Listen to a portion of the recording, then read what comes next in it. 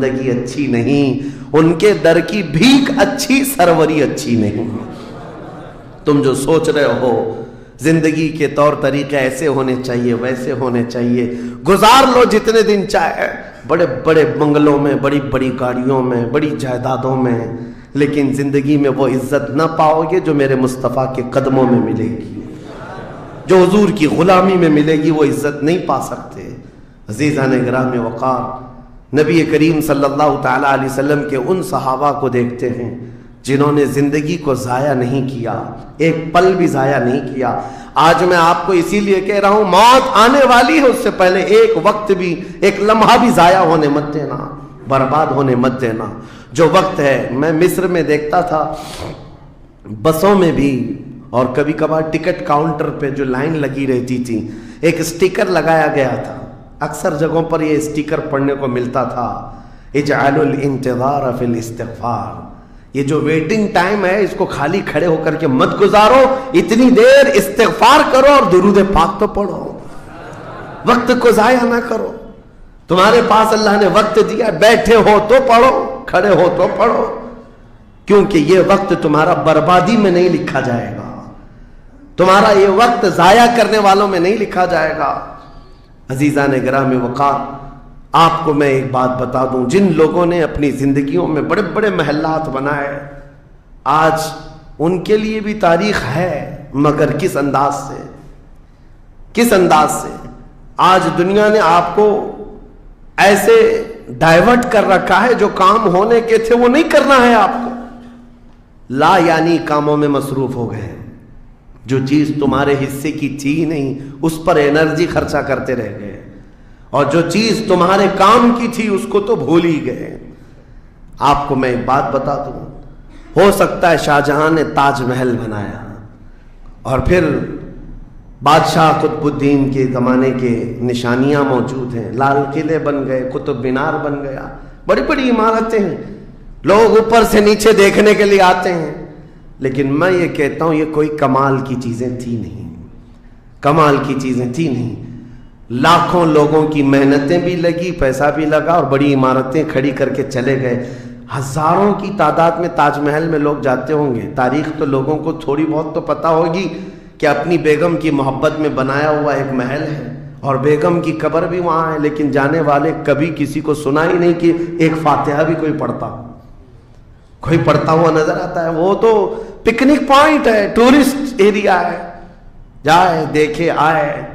لیکن میرے عزیزو، یہ بڑے بڑے محلات اپنی ناموری کے لیے بنا کر تو چلے گئے، لیکن آؤ بریلی شریف کی سرزمین پر ایک مدرسہ جو اعلیٰ حضرت نے بنایا، مبارک پور کی سرزمین پر جامعہ اشرفیہ جو حضور حافظ ملت نے بنایا، یہ عمارتیں آج بھی دعوت دے رہی ہیں، ایک دو نہیں، ہر سال ہزاروں کی تعداد میں عالم اور مفتی وہاں سے نکلا کرتے ہیں۔ یہ کام کی چیزیں تھی جو بزرگوں نے کر دیا کہ امت کو ایسا کچھ دے جاؤ کہ وہاں سے آنے والا کچھ فیض اٹھا کر کے جائے۔ تاج محل لے کر کے کیا کرنا ہے؟ پیسے کمانا ہے یا ٹورسٹ ایریا بنانا ہے؟ لیکن ایک ایسا ادارہ جس میں پڑھ کر کے دنیا روشن ہوتی اور آخرت بھی روشن ہوتی۔ ہم سنیوں کے ہاں یہ چیزوں کی ضرورت تھی، ہمیں لا یعنی چیزوں میں مصروف کر دیا گیا ہے۔ میں اب تو آپ کو پتہ ہی ہوگا، مجھے تو جلسوں والا آدمی بنا دیا گیا، جہاں دیکھو پروگرام جلسے۔ میں اصل میں جلسوں والا آدمی تھا ہی نہیں، میں فیلڈ ورک کرنا پسند کرتا ہوں، کسی علاقے میں رہ کر کے قرآن کی تفسیر کرنا اور لوگوں کے درمیان رہنا۔ لیکن مسلسل سفر کا ایک تجربہ میں آپ کو بتا رہا ہوں، ہوں گے یہاں پر بھی بہار بنگال والے، سب ہوں گے، بہار والے، بنگال والے، جھارکھنڈ والے اتنے جلسے کرتے ہیں، 365 دن بھی اگر ان کو تاریخ دی جائے تو بھی کم ہے۔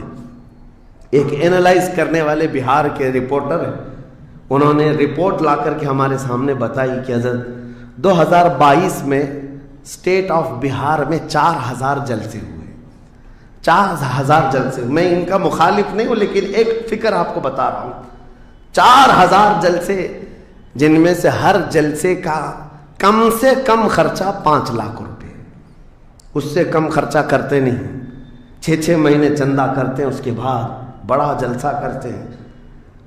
کیلکولیشن کر کے دیکھا گیا تو سال میں 2000 کروڑ روپے خرچے ہوئے. 2000 کروڑ روپے. میرے عزیزوں ٹھیک ہے یہ سب اپنی جگہ پر، لیکن پورے اسٹیٹ پر گھوم کر کے دیکھیں تو مسلمانوں کے نام کی ایک یونیورسٹی بھی نہیں ہے، کوئی ایک بڑا ادارہ نہیں قائم کر سکے. 2000 کروڑ کی بھاری رقم سال بھر خرچ کرنے والا غریب اسٹیٹ جس کو لوگ سمجھتے ہیں. میرے عزیزوں میں یہ بات اس لیے عرض کر رہا ہوں، جن چیزوں میں تمہارا ذہن الجھ گیا یہ وہ تمہارے کام کی نہیں تھی. اعلیٰ حضرت نے بہت پہلے فرمایا تھا یہ دنیا کا حال یہ ہے، شہد دکھائے زہر پلائے. یہاں پر چکا چوند دکھنے والی چیزیں وہ تمہارے حق کی نہیں ہے. اور ممبئی والے کیا کرتے ہیں؟ وہ تو بہار والے جلسوں میں ہیں. ممبئی والے کھچڑا کمپٹیشن کرتے ہیں.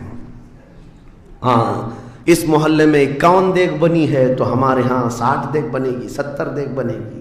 اور کھاتا کون ہے؟ جو پہلے سے کھائے ہوئے لوگ ہیں. دن بھر 5 ٹائم کھانے والے لوگ ہی کھچڑا کھا رہے ہیں.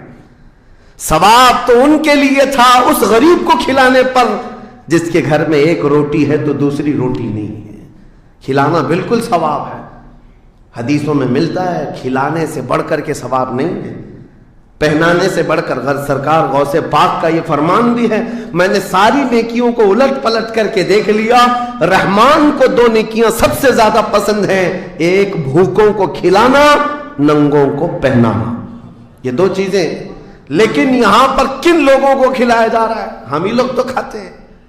ہمارے گھر میں بھی کھانا بن رہا تھا، ایک دن سڑک پہ بنا لیا، انٹرٹینمنٹ کر رہے ہیں.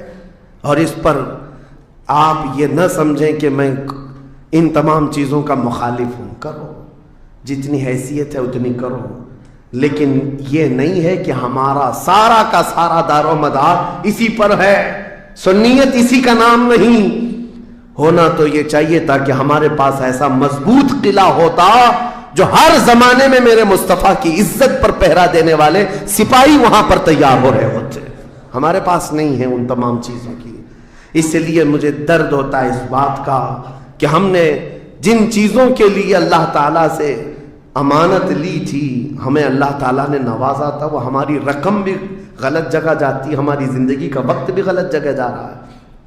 عزیزان گرامی وقار، ان سب چیزوں کا سوال ہوگا قیامت کے دن ہم سے. ہر چیز کا سوال ہوگا. اگر ہم نے وقت کو ضائع کیا ہے اور اپنا مال بھی غلط جگہ استعمال کیا ہے، ہر جگہ ہماری پکڑ ہوگی، ہماری پکڑ ہوگی. 1 ہفتہ قبل میں نے سنا، ہمارے چاہنے والے ہیں عزیز، انہوں نے کہا ایک درگاہ پہ گئے تھے، سنا ہے ایک بہت بڑے سیٹ ہیں، وہ 2.25 کروڑ کا صرف دروازہ بنا رہے ہیں اللہ کے ولیوں کے آستانوں پر. میرے عزیزوں یہ اللہ کے وہ ولی ہیں، نہ تمہارے دروازے کے محتاج ہیں نہ تمہاری چادر کے محتاج. ان کے انتقال کے بعد جو ان کو اللہ نے مقامات دیے وہ تم نہیں پہنچا سکتے. وہ تو اللہ تعالیٰ کے رحمت میں ہے جنہیں اللہ تعالیٰ جنت کے جوڑے پہنا چکا ہو، جن کے لیے جنت کی ہوائیں چل رہی ہوں. ان اولیاء کے مشن کو زندہ کرنا حقیقت میں ایصال ثواب. ان کے لیے سب سے بڑی نظر و نیاز یہی ہے. ماررہ مطہرہ میں حاضر تھا، بڑی خوشی ہوئی. صاحب سجادہ نے بڑھ کر کے یہ اعلان کیا تھا، آنے والے زائرین جتنے سنی آتے ہیں ہم ان سب سے کہتے ہیں کہ ہمارے اولیاء جتنے یہاں آرام کر رہے ہیں، ان اولیاء کو جو چادریں ڈالنی تھی وہ ہم ڈال چکے. تمہاری طرف سے اب کسی چادر کے لانے کی ضرورت نہیں، اور اگر لانا ہی چاہتے ہو ایک دوپٹہ لے جاؤ اور غریب بہن کے سر پر اڑا دو. یہ پیغامات تھے خانقاہوں کے. حقیقت میں یہی امت کا کام ہے. عزیزان گرامی وقار، لا یعنی کاموں میں پڑھ کر کے ہمارا وقت جو برباد ہوا اس کی تلافی مشکل ہے، بہت مشکل ہے. اس لیے میں صرف یہ میسج دینا چاہوں گا کہ زندگی کے اس پوائنٹ پر آج ہم آ چکے ہیں جہاں آندھیاں، طوفان، ہر طرح سے ایک بہت بڑی آزمائش میں ہم گرفتار ہیں. کن کن چیزوں کا علاج کیا جائے سمجھ میں نہیں آتا. کبھی کبھار میں بیٹھ کر سوچتا ہوں گھر میں اگر گیس کا پائپ بھی لیک ہو گیا، آگ بھی لگی ہے، پانی کا پورا فوارہ بھی آ رہا ہو، کچرا بھی گرا ہو تو آدمی سوچنے لگ جاتا ہے کس چیز کو روکوں، پانی کو روکوں، گیس کو روکوں، آگ کو روکوں، کچرا اٹھاؤں، کیا کروں سمجھ میں نہیں آتا۔ یہ حالات آج ہمارے ساتھ ایسی ہو گئے، ہم کن کن چیزوں کا مقابلہ کریں سمجھ میں نہیں آتا۔ اور پھر اس پر مزید جب ہم اپنی قوم کی طرف دیکھتے ہیں، یہ تو گیم چلاتے ہوئے مزے سے بیٹھے ہوئے ہیں، ایسا لگتا ہے انہیں کسی چیز کی فکر ہی نہیں۔ شاعر نے کہا تھا جگہ جگہ کے تھک چکے ہیں تمہیں یہ ہنگامے، نشاط لذت خواب گراں بدل ڈالو، اٹھو وہ گرنا حشر نہ ہوگا پھر کبھی، دوڑو کہ زمانہ چال اپنی چل گیا۔